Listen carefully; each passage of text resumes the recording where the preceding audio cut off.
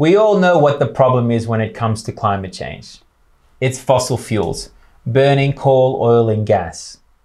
And the federal government has a lot more fossil fuels that it wants to dig up right here in Australia. The Australian government currently has over 110 new gas and coal projects in development. And if all those projects are implemented, that's going to result in over 1.9 billion tonnes of emissions every year. So we have to get fossil fuels down to zero if we're to get to net zero. But there's another problem that's on the horizon, and that are these so-called climate solutions that the government is prioritizing in its technology investment roadmap, or you might have seen them on the positive energy advertisements the government spent $30 million on. But these are false solutions that could actually enable more fossil fuels.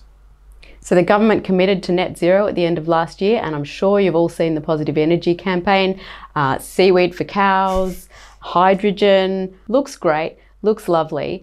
But actually, if you unpack what that whole positive energy campaign is about, it's talking about climate solutions that actually enable gas expansion in Australia. And there's two in particular that we want to unpack for you today. One is dirty hydrogen, and the other is dodgy carbon credits. And these two are particular priorities by the current Australian government, and they're particularly problematic if we're to seriously reduce emissions. Let's start with dirty hydrogen. Now, hydrogen is one of the most abundant chemicals in the world, right? But usually you find it bundled up with oxygen in the form of water. Now, if you split water, you end up with hydrogen, and if you use renewable energy for that process, then you have zero emissions. And when you use hydrogen, when you burn hydrogen, it's also zero emissions. So you could potentially have a zero emissions source of fuel. And that is a powerful climate solution. The problem is that's not how we make most of our hydrogen. We make it using fossil fuels, and it's a very dirty process to do that. In fact, it releases more emissions than if you just burnt that coal or gas directly. So it's a big problem. That's why it's dirty. But the federal government doesn't call it dirty hydrogen. It calls all this type of hydrogen, both renewable energy and fossil fuels, calls it clean hydrogen. There's an even better name that they give it though, where they just avoid that altogether. Blue hydrogen, is that what this is? Yeah. Well, there's all the colors of the hydrogen rainbow. So green hydrogen is using renewable energy, and blue or gray or brown, depending on how you cut it, comes from fossil fuels. But really there's two forms, right? There's renewable energy hydrogen and there's fossil fuel hydrogen. Now, fossil fuel hydrogen is really dirty. The only way you could possibly claim that that could be clean is if you buried the emissions underground. That always works so well, doesn't it? As we've seen, never. Yep. Carbon capture and storage, which we talk exhaustively about in the Australia Institute.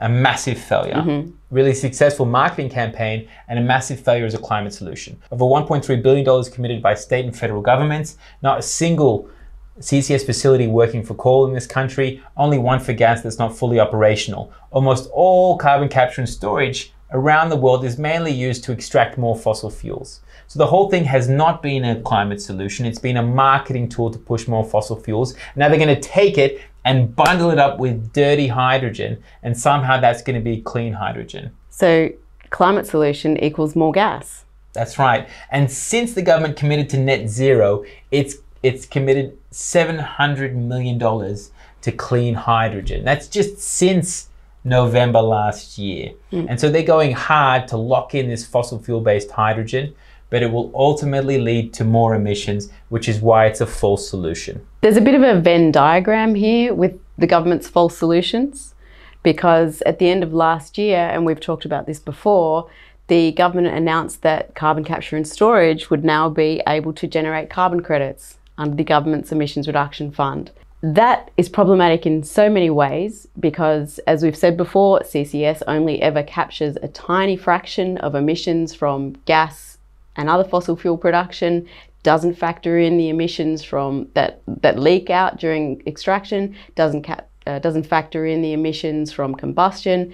So the net result when you use CCS is always more emissions. If you've got a carbon credit method that's giving carbon credits to a gas plant to store a tiny fraction, probably won't even store them, probably fail. Anyway, in theory, say it works, you're giving carbon credits to a gas company to produce more emissions, to pollute more.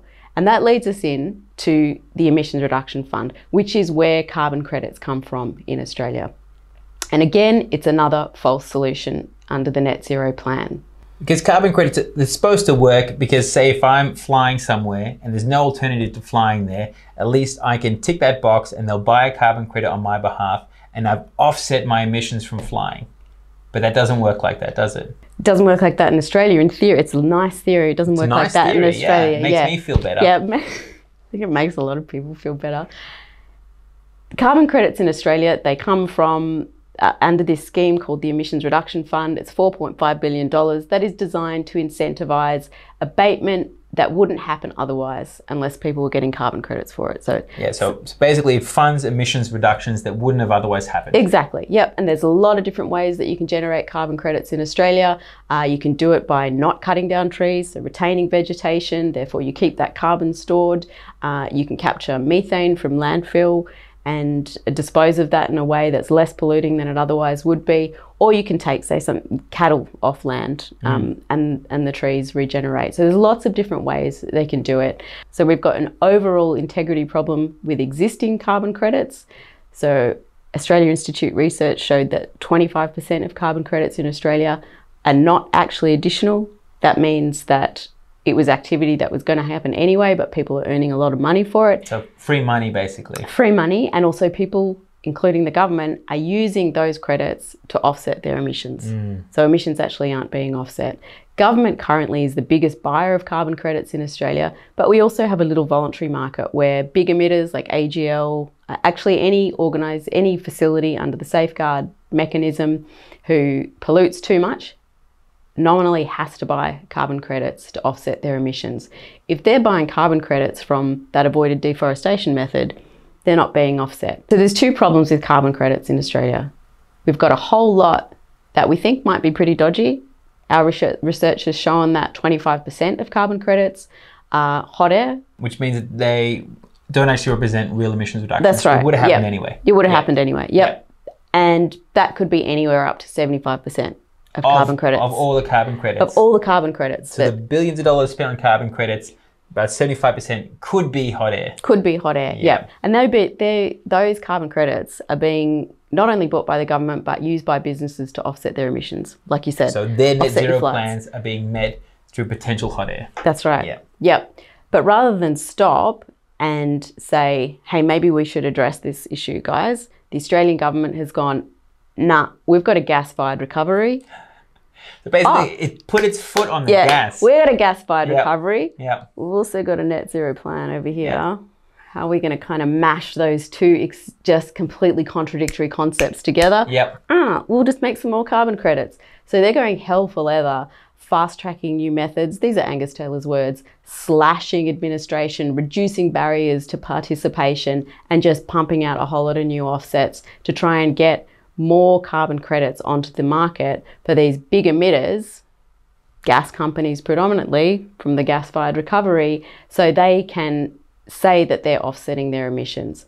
Not addressing existing issues, creating more issues, just so cosmetically there are offsets for big emitters to be buying. Well, mashing the gas-fired recovery and net zero together so that gas companies can expand their gas and offset some of it and claim the kudos from doing that with carbon credits that don't necessarily represent real emissions reductions. That's right. So again, while the CCS carbon credit method actively benefits gas companies, the rest of the ERF benefits gas companies too, because it's giving them social license to pollute, even if they're not actually legitimately offsetting. The bottom 20% get nothing. They're really unfair tax cuts. People want to see much stronger action from the government when it comes to climate change. It's no coincidence that we have a wages crisis in Australia. Transitioning to net zero emissions, it doesn't seem like there's much room for gas.